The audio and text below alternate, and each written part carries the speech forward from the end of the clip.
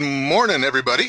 Good afternoon, good evening, wherever you are in the world. Thanks for taking time out of your day to join us here for this latest edition of our paid search marketing webinar series with Mr. Brad Geddes.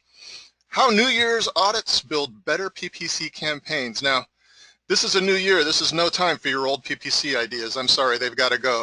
If you haven't already, it's time to review your campaigns for this coming year and make any serious changes that can generate real improved performance. Brad's here for a little step-by-step guide to how to audit your existing accounts, look at what's been working and what hasn't been working, and really maximize for success in 2017. Now, if you're not familiar with Mr. Brad Geddes, I want to take care of that right away. There's no reason for that. There's plenty to know. Brad Geddes is the author of Advanced Google AdWords and co-founder of AdAlysis, which is a PPC ad testing and management platform.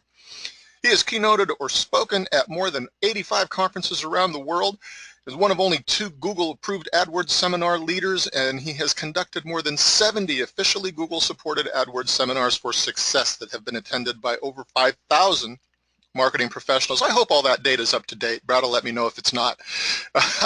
But definitely lucky to have him here today and looking forward to hearing what he's got to say and getting some guidance. But before we get rolling, I've got a little housekeeping to do. I want to make sure everybody's cell phones are turned off, don't want anything ringing, don't want you being distracted. Pay attention to what Brad's got to say and feel free to ask questions.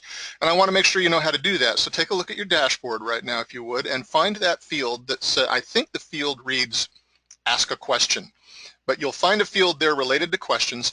Do me a big favor and just drop a little note in there real quick. Just say hello to Brad, let him know that you're looking forward to hearing what he's got to say, and let me know where you're joining us from. Portland, Maine, says Dan. Says hello to Brad from Portland, Maine. Thanks for joining us from the other side of the country here. Anybody else can let me know. Yeah, there's Tom from Ontario, Canada. Marielle from Costa Mesa. Romania, says Raymond. Fantastic. Houston, Texas, just down the road from where my in-laws are in Dallas, is Stacy's joining us. Teresa's here from Yosemite. Oh my gosh, I bet it's beautiful there. Scottsdale, Arizona with Rachel. Montana, Drew. Russia, Vladimir is here from Russia. Fantastic. We got people from all over the place. We appreciate, again, you all being here in your respective time zones. You've also shown me that you are hearing me, which means that the audio is working. That's my sneaky way of checking the audio. And you know where the questions module is. So as we go through this, Brad's got a relatively short presentation today, probably going to run on the order of 25 or 30 minutes. And during the course of that, if he brings up something that you would like to hear expanded on, or if it's piques your interest and brings up a question for you, feel free to drop it into the question module, and when we're all done with the presentation, we will circle back around and go through a proper Q&A and answer as many of your questions as we possibly can. If you hear something super awesome that you want to share with your friends online, you can do that too, of course. Live tweet it as we're going, go post on Facebook, LinkedIn, what have you. You can reference hashtag #MMWebinars if you'd like, and make all your friends jealous that they're not here. Maybe they'll join us next time. All right, I think that's just about all you want to hear from me, so just sit back and grab yourself your coffee or your chai or your glass of wine or whatever is appropriate for the time of day, and Brad's going to lay the wisdom down. Brad, it's great to have you here. Thanks for joining us. Oh, thanks, Chip. And it sounds like we have a mixture of our regulars and some new people, so that's great.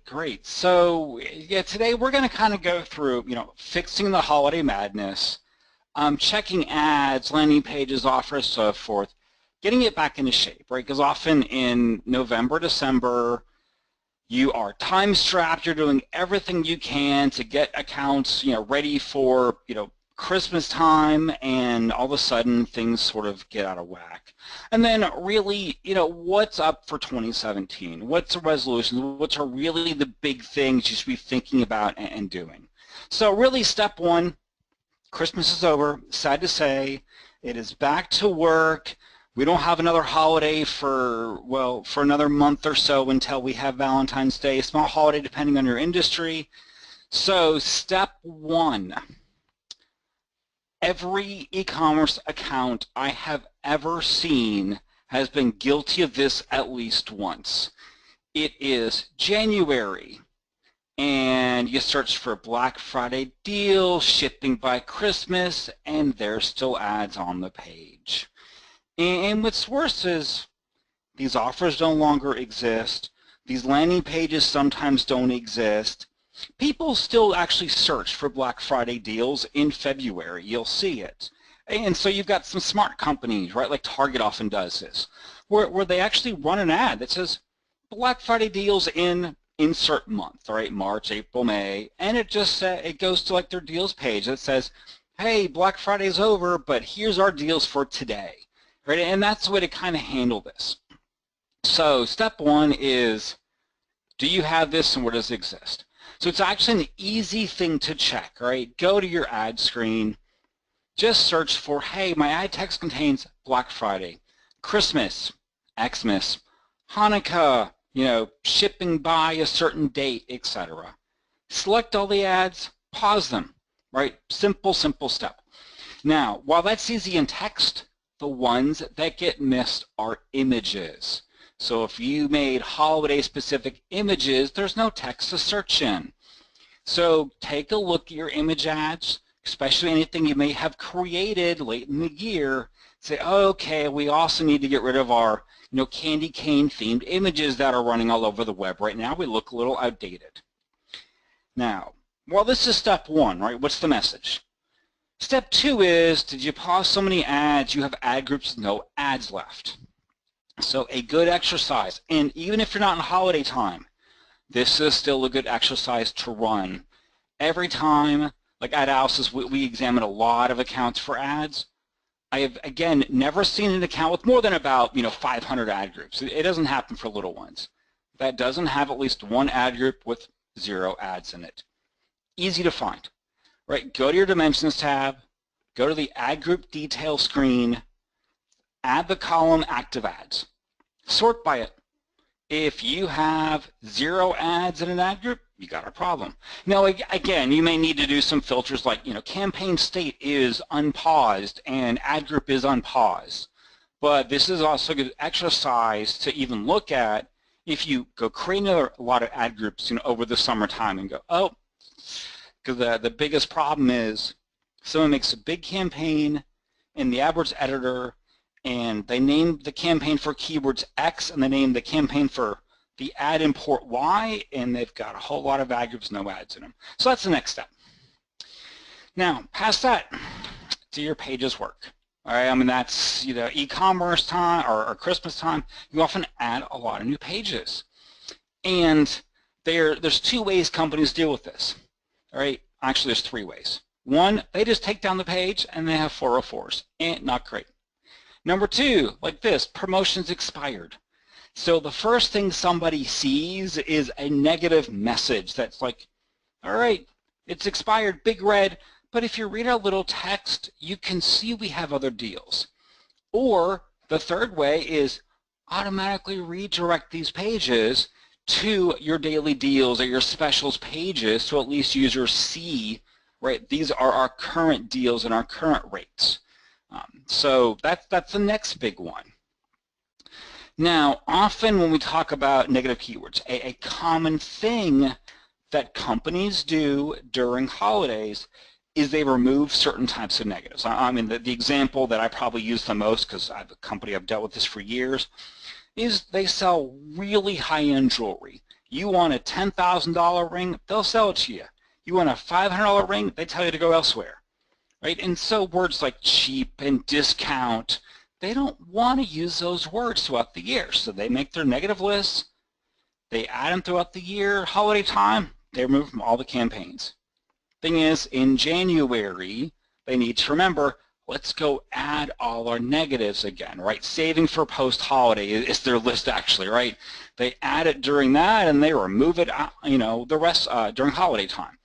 So if you had certain negative keywords you added or removed for holidays, put them back. This is why whenever in November we always do our things to remember to do during the holidays.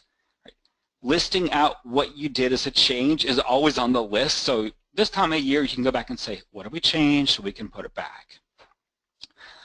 Do you have keywords that need to be paused, right? So the obvious ones, right, are like Christmas gifts for teenagers, right? That's a simple one. If you're a large company that sells a lot of things like gifts, then you might still run keywords like gifts under $20, right? Still a good keyword for, gifts.com or something. But if you're a smaller e-commerce company, those words have such high volume and low conversion rates, they're going to eat your budget. So check the topical keywords, which are really good to add at certain times of year. Now's the time to either pause them or remove them if they're not your typical keyword throughout the year. Now, other things to think about checking.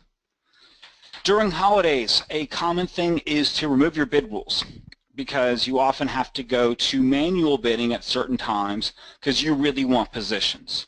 So if you changed your bid rules in either your third-party system or within AdWords, go check the bid rules. If you're trying to say, what do our bids really need to be again, go back to October, right, before holiday time, and you had that huge conversion rate. Because if you're using an automated bid system, you're probably still bidding too high depending on the rules, because it's looking at last 30-day conversion rates, which at this point in time included the week before Christmas when conversions were crazy high, so they need to be readjusted. It's common to change extensions, right, during holiday time. Did you change your site links? Did you add call-outs that says, hey, we can get it there by Christmas time? No longer a good call-out. So if you do adjust extensions for holidays, need to change it back to pre-holiday extensions again. Did you add, discount type words you don't want to use any longer? Cheap, discount, inexpensive. Again, time to remove them. Final URLs. So every once in a while, we see companies who run special promotions and they use specific tags on URLs, or they use a different landing page solution for holidays or something. So if you change final URLs, this is the time to get back. Next, the easy one to miss, because you're probably using audiences, is do you have certain audiences you now need to remove? So for instance, it's a really common thing, say, okay, we're an e-commerce site, we have certain people who only buy from us during the holiday time. They don't buy our stuff in the middle of the summer or whatnot. So we make a customer match list, right? Take your emails out of your CRM system and upload them to AdWords, and say this is our huge positive modifier, or even our Gmail only type of ad display for previous customers. That's a great list to run during holiday time, wonderful list, but it may not have a purpose right now.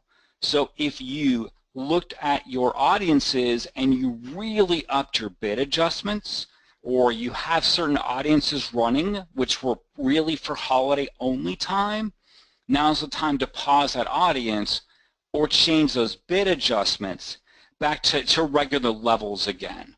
So that's a really, really easy one to miss. And then if you made that holiday plan, right, review it. Take a look and say, okay, we were going to do this, but we did this instead. A lot of e-commerce companies make contingencies upon contingencies. It says, okay, if inventory is over X and sales are below Y on this date, we're going to adjust our accounts this way, right? And it's all that last-minute scrambling, so notes are often, missed at that point in time.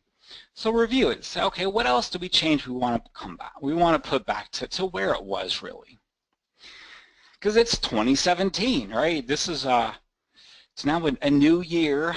All the dates you have on your website are wrong. All the dates you put on your things are wrong. It's time to start writing 2017.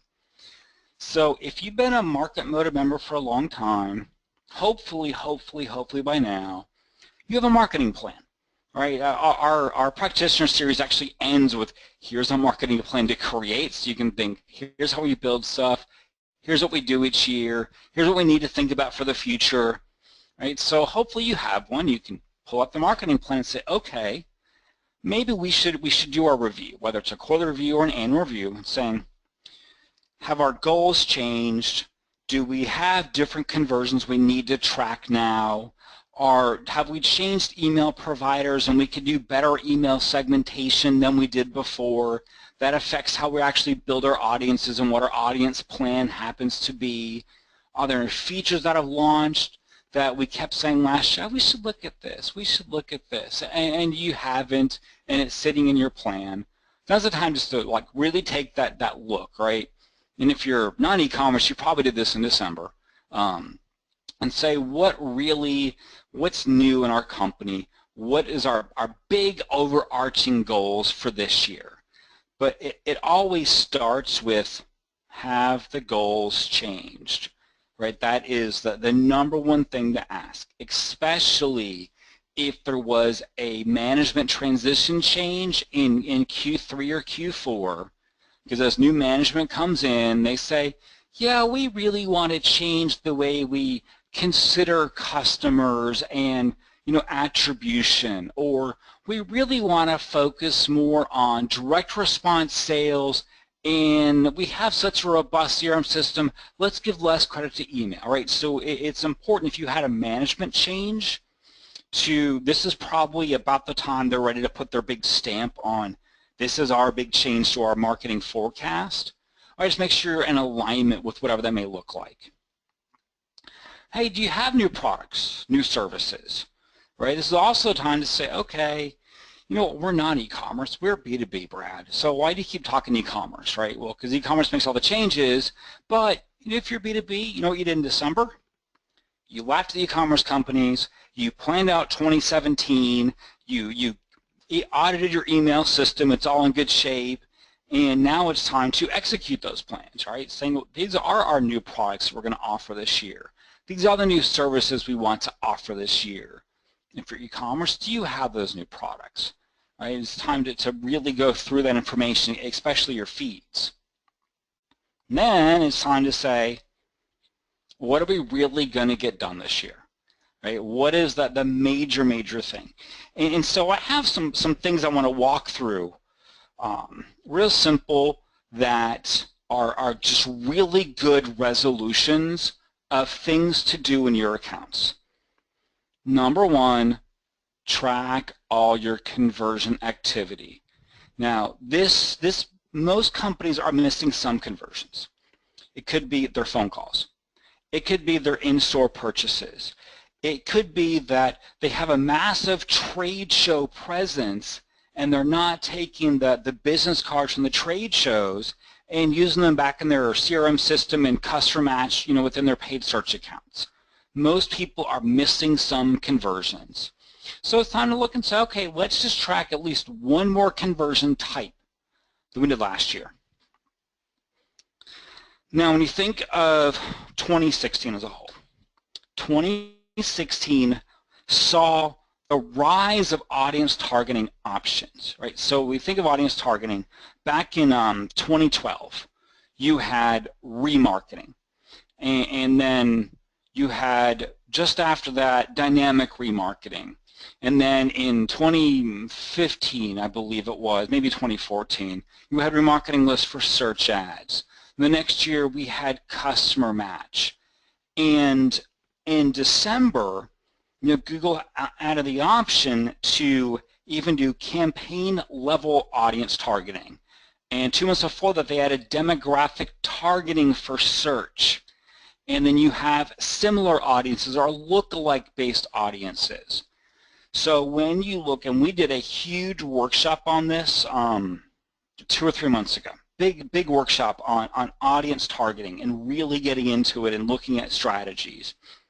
Because the number a lot of people are still focused on is, hey, overall website conversions, 2 to 4%. That's an old number, right? I mean, it's still true from an absolute standpoint. It's not true from how people shop these days. And the average person will make 6 visits in the conversion process. Now, that could be 3 visits to 2 websites. It could be 1 visit to 6 sites. It could be 6 visits to your site. That's average. In travel, it's actually 20 visits to a single conversion. In other words, it's 1 or 2. But the reality is that audience targeting is essential these days when you think of things like DSAs get people into our site just based on our site content, right? And then we can look at how people interact with our website, and based on that data, create audiences, and on that second and third visit, that's when they convert, right? So, you know, one of my favorite formulas, right, is to say, all right, 100 people came to your site today, and 1 person bought. Tomorrow, 99 of those same people returned, and 2 people bought. The next day, 98 people returned, right, and 3 people bought. Now the problem here is, if you say, I look at Google Analytics for my conversion data, right? Google Analytics is going to tell you you have 6 conversions on 300 visits, right? So that's your conversion rate, right? It's what is that, 5%? It's actually less than that. I can't do math off the top of my head, it seems, this morning. But in reality, right, when you think of unique people, you have 100 unique people and 6 conversions. It's a really big difference. And so audience targeting and how you do audience strategies is going to directly dictate how you also think about attribution management. Because if you're not using audiences and you're just using, you know, straight last click conversion rates, then you're probably going to use last click attribution, which is a great starting place, right? I mean, you don't want to discount, at least you're tracking things. But once you start getting audiences, you say, oh, so we have a long buying funnel, and a person really visits our site 7 times. So what we want to really look at is, how do they find us, and what finally got them to convert, right? And we want to give, you know, a lot of credit to first and last interaction, and a little bit in the middle, right? That's position-based attribution. Or you say, no, we're really a direct response company.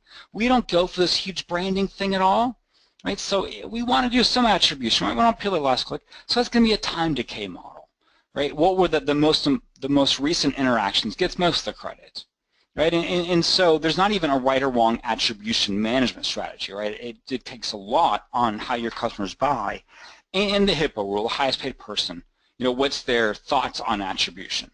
But audience targeting and attribution are important. I would argue that, you know, attribution is your money, so that's as important as your money happens to be. But if you want to stay on top of the game in paid search, you have to be using audience targeting. And we did a fantastic workshop, which I loved, just a few months ago, that you can watch. Now, we have, today is the 19th, so in 12 days from now, you can no longer make a standard text ad for search on Google.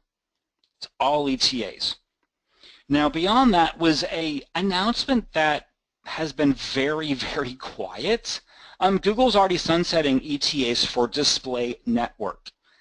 Supposedly, we'll see what happens here, but after January 27th, you cannot make ETAs or STAs for the display network. It's all responsive ads. And so when you think of display these days, it really is responsive ads are the majority of your impressions, because they can be text, they can be image, and they can be in any image size depending on the publisher. If you want more brand control, right, then you use a lot more image ads. And if you want pretty ads, responsive aren't the prettiest ads. They just happen to be the most efficient because of the few you need to manage compared to the overall impressions you get from them. So responsive GDN ads, important. All right, it's amazing we still have to say this, but is the site really mobile friendly?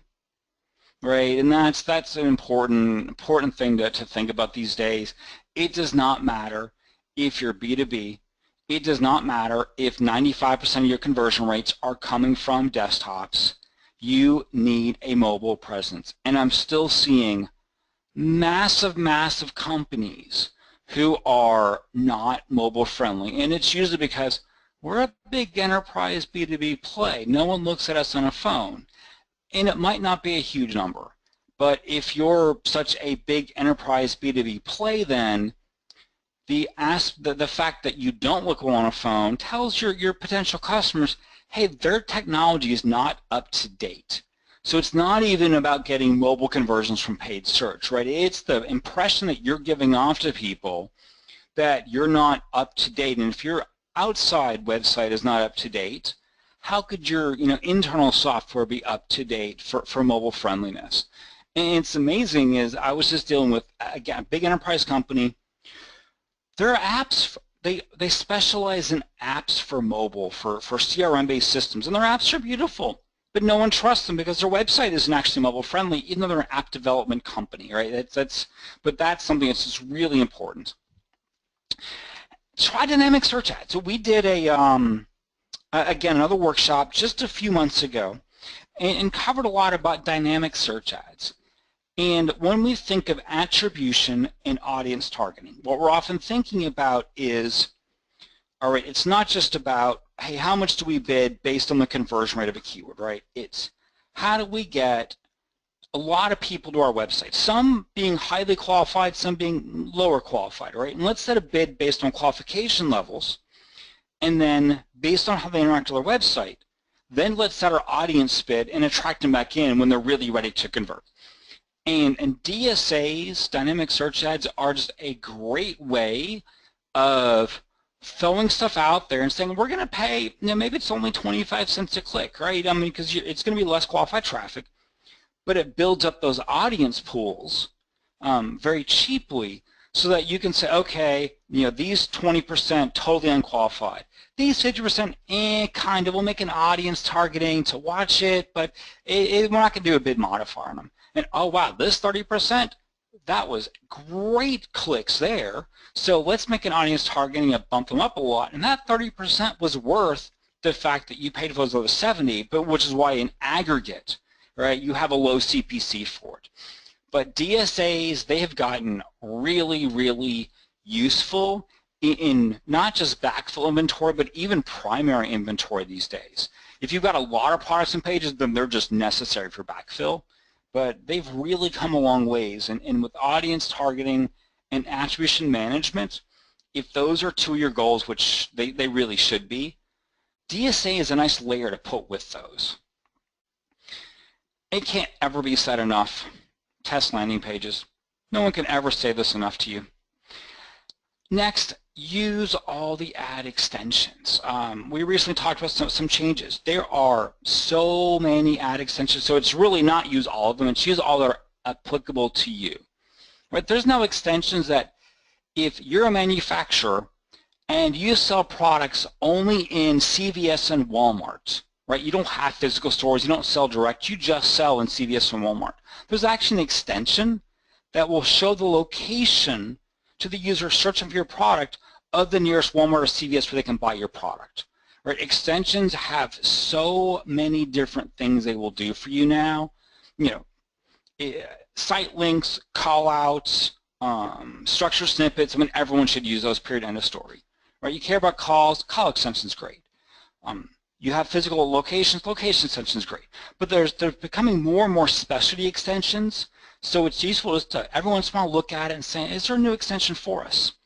As an FYI, Google is going to start looking to see if you have a phone on your landing page, a phone number, and if you do, automatically create a call extension for you on mobile devices.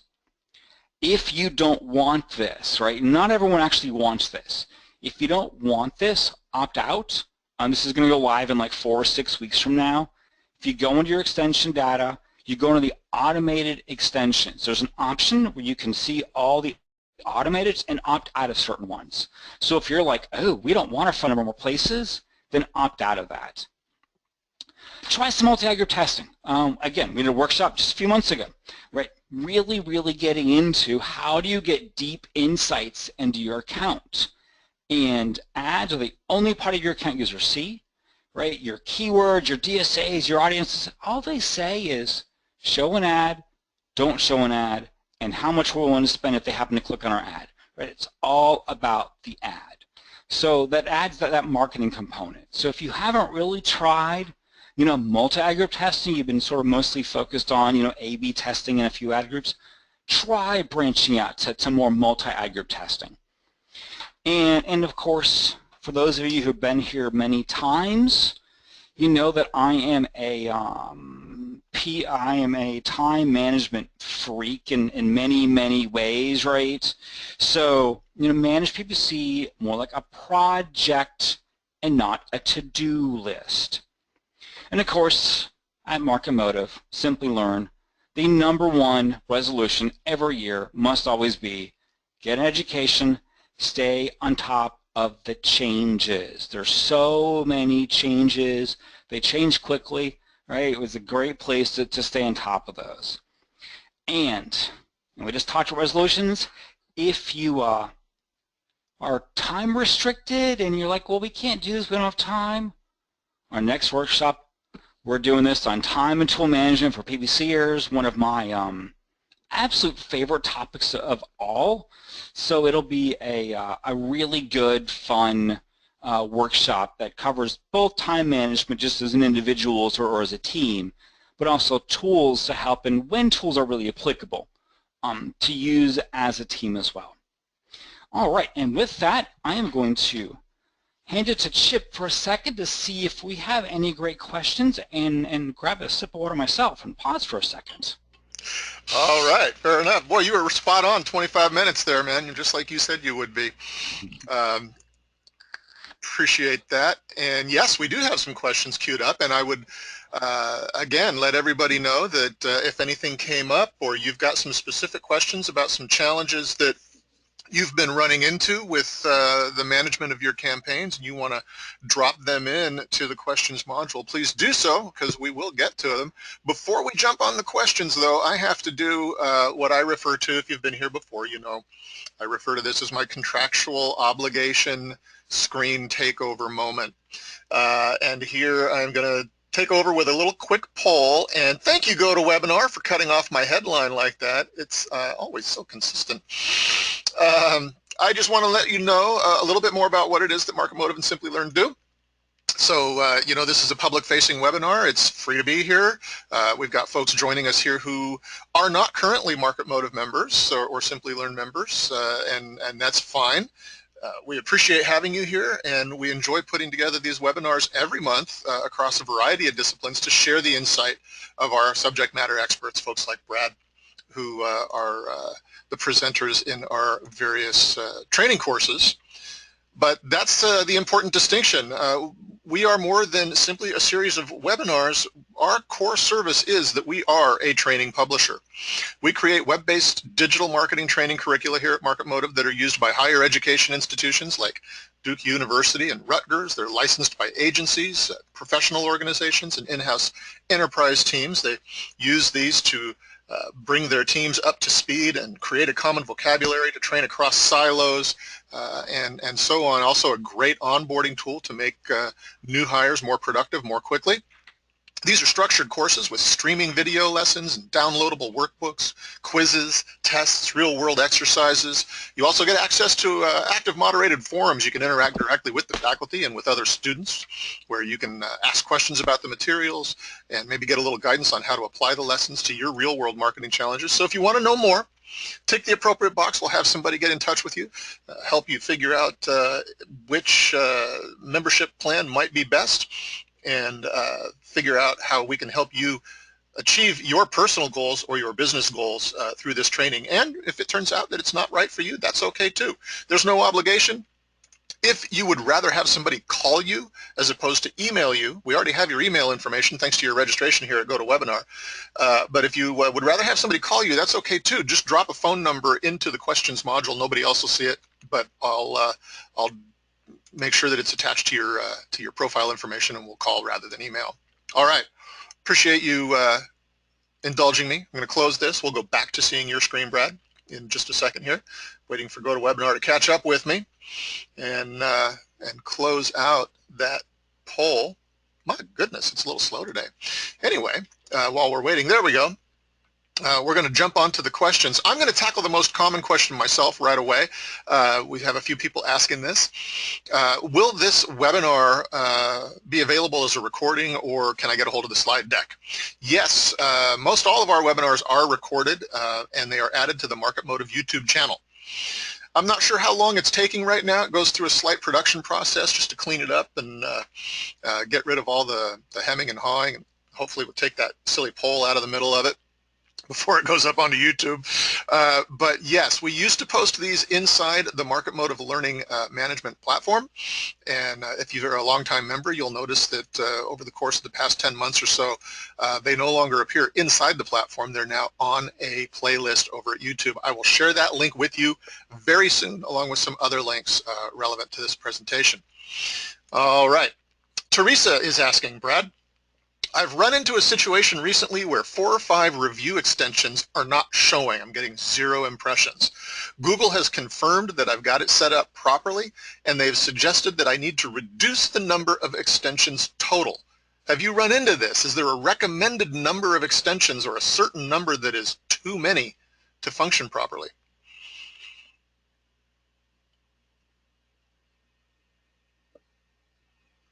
Oh, Brad, do we have you?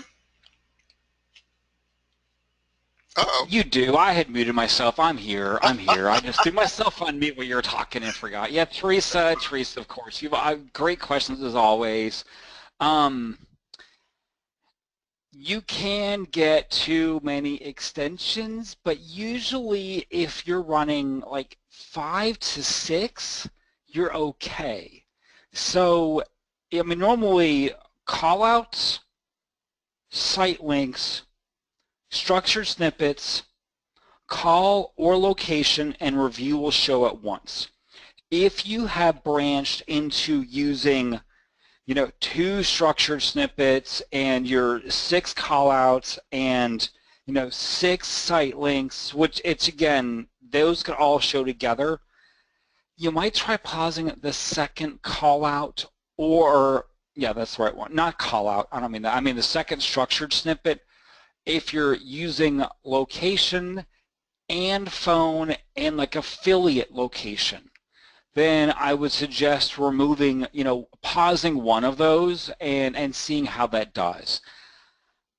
I have not seen 4 view extensions always get 0. That seems highly unusual because Google's system is built to see which combination of extensions for a given device and ad group and so forth show the most. So it seems very odd to me that you have 0 impressions. That seems highly unlikely. If I mean, I know you did it right, so that I don't question. So it feels like Google's got a problem with their system, and your rep gave you something that is not fully correct. So if I were you, I would pause the second structure snippet and pause something that isn't crucial, and I have a feeling the impressions will not come back. But then you could say to your rep, hey, we did this and it still doesn't work. Can you hand this to the engineering team? And that's probably going to be your end result. I could be wrong. You may pause it, and boom, you get impressions. If you do, please post in the forums how it happened, because I would love to know this was the solution. But if not, I'm guessing that's your actual course of action. All right. Hopefully that helped, Teresa. Do be sure, like Brad said, post something in the forums and remind him of your situation, and that way also the other students, of course, will be able to see that as well. Dan is asking, would DSA work for B2B services like CPA or law? Obviously a little bit of a specific case, but do you have experience with those particular verticals? So Dan, this is more about your page coverage in that case. So it's not, yes, it can work with law, no problem. But you've got some lawyers that have, as you know, right, 2 to 4 page websites. And you're not getting anything out of DSAs in that case. You have other lawyers who write good blog posts and have articles about the types of law and how this type of family law applies slightly differently in this case versus that case. And they've got good content on their pages, and those pages also include a lead form or are, like you've got a blog post and you got a blog post that recommends your company at the end. I'm sure you kind of get the difference there. So if you've got a larger lawyer site, great, go for it. Especially, you're going to see some bad queries, but your lawyer CPCs are so high that who cares? We're paying 50 cents for a few bad queries and some good ones with DSAs. But if you're running like the lawyer stuff, and I know you have a few both, right? A few like the really small ones, and probably not worth your time. I mean, you could try it, but you're probably not going to see much. Perfect. Dan, I hope that was helpful. If not, drop another question in there with a little more clarification. Dan says, great, thank you. So that was definitely helpful. Marial is a relative newbie here to digital marketing, says, very new to all of this. Can you please take a moment to explain what an ETA and a GDN are? Sure, right. In paid search, you will understand quickly that there are a ridiculous amount of acronyms. It sometimes feels like working with the federal government where you can say 8 acronyms in a row and that actually meant something to somebody. So ETA stands for Expanded Text Ad. Google changed their ad format last year to go from a 25-character headline and 2 35-character descriptions to 2 30-character headlines and a 80-character description. I believe that's right. It could be 60. And so ETA just refers to the longer ad format that is now standard. So if you've been doing this for a month, you've probably never seen the old ad format, which is about to be sunsetted. GDN stands for Google Display Network. It is the largest display network on the planet. Actually, it's huge in size and encompasses things from its non-search sites. So it could be New York Times to Amazon to YouTube, right, which could theoretically be considered a search engine at times. So its non-search intent users are on the display network, and so GDN just refers to Google's display network as opposed to other display networks that are owned by Microsoft or Yahoo or someone else.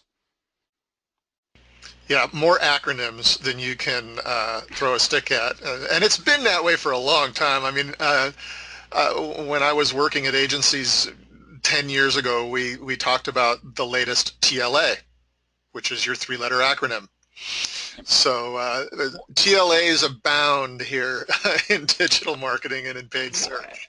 And you'll find at times it's okay to ask people to clarify, because even something as simple as return on ad spend, right? No one wants to say those words. So some people say ROAS, others say ROAS. And while that seems very minor, right, suddenly someone just says one that you're not used to hearing, and it takes you on to realize, oh, you mean the same thing. And the most confusing one is CR, because some people mean conversion rates, other means click-through rates. There's one other one. Oh, CPC, cost per click, is how I use it, but some people mean that to be cost per conversion. And the click and conversion are very, very different. So if you see CPC and someone seems to say, oh yeah, our CPCs are $2, we're getting CPCs for $57. They mean both those, like one is CPC, cost per click, one is cost per conversion in the same sentence, and that should be a banned thing in paid search.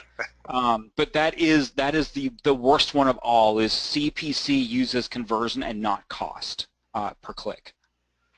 It seems to me like we had a question come up. I can't remember if it was in your last paid search webinar or if it was in the social webinar I did with Jen recently. But again, we had a relatively new person who was asking, clarify what CPM and CPC are. And there again, you have a confusion because CPM, cost per thousand, is referencing the Roman numeral M for thousand. So you would think, well, so CPC must be cost per hundred, right? So there's not even there's not even any consistency across what the acronyms use as their basis. You know what I mean? So that's a great example. I've never heard that one. Wow. Yeah.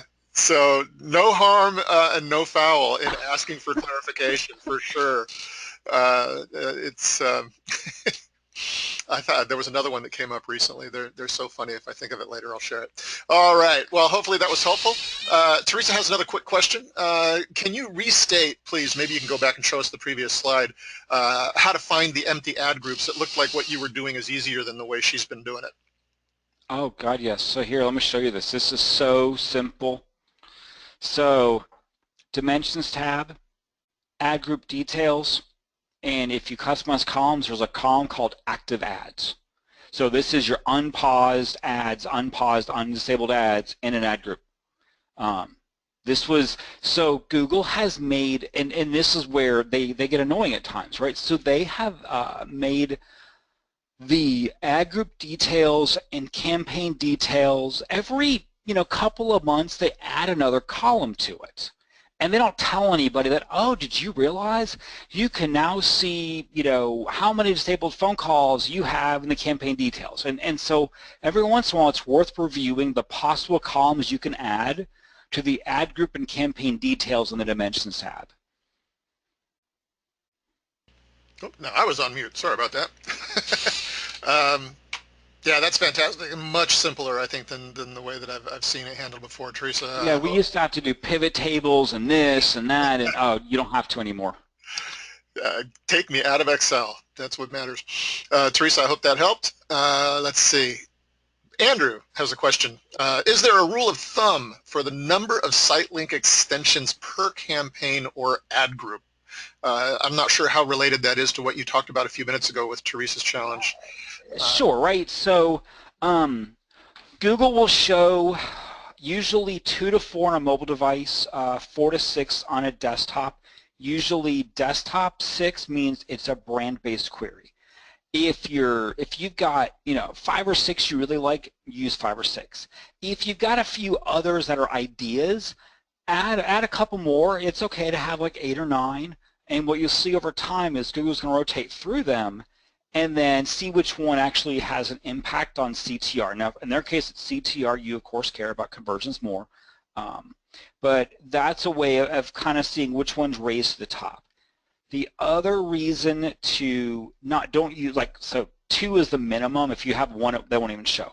The other reason to add a couple more is Google's policy is if the extension, this could be call out or site link, contains the exact same text as the ad, they won't show it. In reality, they show it most of the time, that every once in a while they fix the bug on the system and they stop showing, then they start showing again. So it's always a good idea to keep a couple more, like 6 is just a good number to have, so that if you match the text in both, you still have call-outs and site links shown. But usually 6 is a good number. It's okay to have 7 or 8 though. But if you only have 1 call-out or site link, they will not show at all. So you must at least have 2. So that's the rule of thumb, greater than 1, right? Yeah, but you know what? You're losing space if you don't have more, right? So, I mean, if they'll show 4 and you have 2, you've just lost the ability to push your competitor down like an entire, 12 pixels. And that's, that's important as well. Absolutely, especially it's all about real estate control, right? Location, location, location. Yep. Especially on mobile, where the real estate is just that much more competitive. Yep. Very good. Okay, Andrew, I hope that was helpful for you as well. Raymond, we've still got time here. Raymond says, hi, Brad, I have a question. When you're setting RLSA targets, oh, wait a minute, before we do this, Raymond, I'm sorry. You threw out CTR, and I'm just going to clarify for those that are newbies that that's click-through rate in that context, yes? Yes. And I thought of the other one, which was CPA, cost per acquisition, which also has a kind of a bazillion other, they're not talking about the accountant when they're in the marketing meeting and talking about CPA. So another TLA there for you. So Raymond says, when you're setting RLSA targets on your search ad groups, what target method, bid only or target and bid, is more suitable? Oh, so that's depending on what you're trying to do, right? So when you use bid only, you're basically saying my RLSA is a bid adjustment. So if you're using RLSA where you say, wow, these people abandoned my shopping cart, I want to double my bid. You add your LSA to your ad groups, you add a 100% modifier, you walk away. Or you say, we're tracking people who are paying members of our software system because we don't want to bid for them again. You add LSA as bid only, minus 100%, they don't see those ads. If you have scenarios as well where you may want to do things like show a different set of ads or use different keywords to people who are in your audience group. So like we mentioned DSAs earlier. So let's say you've got a big product catalog and you find that users who have been on your site are much more likely to convert. They're members, but your catalog is so huge you don't have keywords for everything. And you don't want to use all these keywords for anybody, but only previous visitors. So in that case, you'd set up a DSA, you'd use RLSA as target and bid, so only someone in your list can see that ad. So it's not an either or, right? Most people use it as bid only because that way they have visibility to their keywords on everyone and then use it as a bid adjustment. But you can isolate a group of people by using target and bid. And again, we go over this as well in those scenarios in our audiences workshop that we did a couple months ago, which was a really good workshop. So that'll also cover those cases that I went through of different keywords, different ads to audience members. Perfect. And again, I'll be sharing the link to that YouTube playlist with the recorded webinars on it, and hopefully the production team is caught up enough to where these webinars that you're referencing are there on that list. So Raymond, I hope that was valuable. Colin says, I'm new to PPC. How do you get to see better data in the keyword planner? Right now I'm just seeing ranges, and that is not particularly helpful. Is there a setting that Colin's missing, or is there another? No. So Google, in their infinite wisdom, and wow, I can't be sarcastic enough on the comments I'm about to make. They last year had a series of changes to keyword planner data where for a while, if you didn't have a paid search account with actual spend, which could be a penny a month, you saw zeros. Then they said, okay, people use keyword planner data to plan, so we're going to base how accurate the data is based on your spend, because if you're only spending $1,000 a month, you probably don't need to see, hey, these 5,000 keywords get 30, so in aggregate, that's to be another campaign for you, where someone who's got a much larger spend has more accurate data.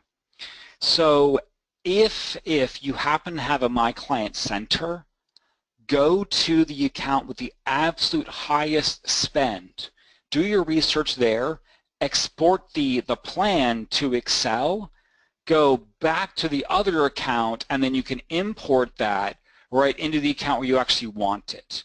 But you're not missing something. These are a series of, in my opinion, very poor changes Google made through Q3 to Q4 last year.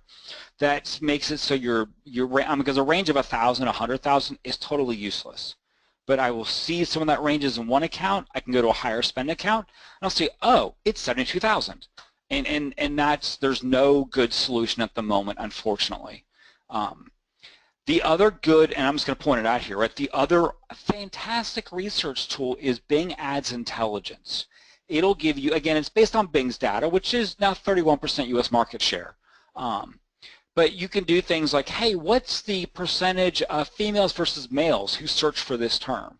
Or is this term also searched for people who are, more likely over 65 or under 18? So with Bing's, obviously it doesn't fully extrapolate to Google's volume, because Google, is much larger than Bing, there's no question. But it does give you better insights, and they're more precise for at least the Bing network. So if you're having some problems with the keyword planner, look at Bing Ads Intelligence. It's a plugin for Excel that does a lot of fantastic things. Terrific. Colin says that was awesome. Thank you. And then following up with a question, is there a third-party tool like SEMrush or something like that that I should use to do research? No. Well, I mean, okay, so, SEMrush is great, right? But the thing is, all the third-party tools are extrapolating data from either the AdWords tool other places they're buying data from, this and that. So if you're trying to get relative data, right? Hey, does this person spend more than this person? SEMrush, fantastic. Or hey, what are the ads from, Lithuania for this query, right? SEMrush, actually, I don't have to do Lithuania, but SEMrush has great stuff there, like word tracker, so forth. But if you're looking to plan out budgeting spends and you want the most accurate data possible, the Bing tool and the AdWords tool are by far the most accurate, even with their sort of imperfect ranges, because it at least is based on their data, where the other systems are much more directional in how you'd compare data as opposed to absolute. Fantastic. Colin says, cool, thank you. So I think that answered the question. That sort of, I think we have time to squeeze one more. And you mentioned Bing. I don't currently use Bing, but I am considering expanding into it in 2017. How much of what I've done for organization in AdWords is transferable to Bing, or am I in for a challenging transition? How similar or different are the tools? Oh, got it. So Bing has a import from AdWords function. So if you've done some crazy things where, this campaign is RLSA only, this campaign is customer match only, this campaign is, whatever, then you're going to only import the appropriate campaign. So Bing is campaign ad group ads, just like AdWords. They have what they call AdWords parity. So users literally can go and click an import button. Now, after you import, and you can choose, hey, only import these 4 campaigns, because there's no Bing GDN network, right? After you import, Bing has things like you can add images to your search ads. So there's some stuff to do after that. The biggest thing with the import process is their geographies don't always map correctly. So for instance, I live in Washington, D.C. Bing does not have the same geocode that AdWords has for Washington, D.C. So if I import D.C. from AdWords to Bing, I actually target the entire United States again. Bad decision there, right? So double check those geo targets very closely. And then take a look, double check your basics, right? Like your campaign budgets, and Bing usually gets them right, but it's money, it's worth double checking. But you're in for, now it takes me 5 to 7 minutes to do a new account. The first time you do it, you're in for, if you're doing like 20 campaigns, it may take you a day, but you're not in for I got to plan this off from scratch. It's a great place to start with. That's great news. I would have imagined it would be more complex than that. So expanding yourself into the Bing. Well, I don't know, we can call it a network really, but the Bing platform. Yeah, and they're growing. They're 21% market share in Taiwan. They're 22% in UK. They're 12% Canada. They're 31% US. So they're, again, there's no display network per se, right? So like when it comes to beyond search, they're tiny compared to Google, right? But there's a good marketing bump to be had by getting into Bing search. And it might be more affordable, right? I saw an article over on Search Engine Watch that's just 4 or 5 months old that was a case study comparison between the Google and Bing, and they found something like a 63% cheaper conversion on Bing. So that is so industry dependent, right? Your very mature industries, online travel, it's the same, right? Because they're a 10% bump in OTAs is a huge spend. If you're in, SMB services, carpet cleaners, oh my God, it's so much cheaper because carpet cleaners are taking the time to manage 2 networks.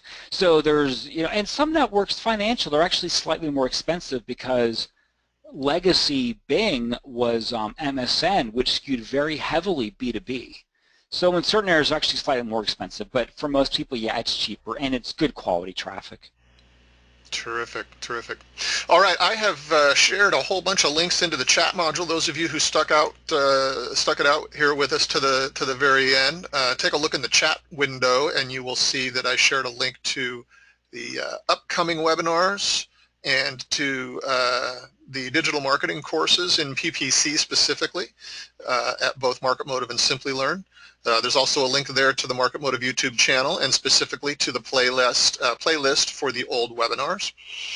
And lastly, there's a link there too, also, Brad, to AdAlysis. So with that, we are right at our 1 hour mark, and we've answered everybody's questions. We're so efficient. Fantastic. Once again, next month, Brad, you've got...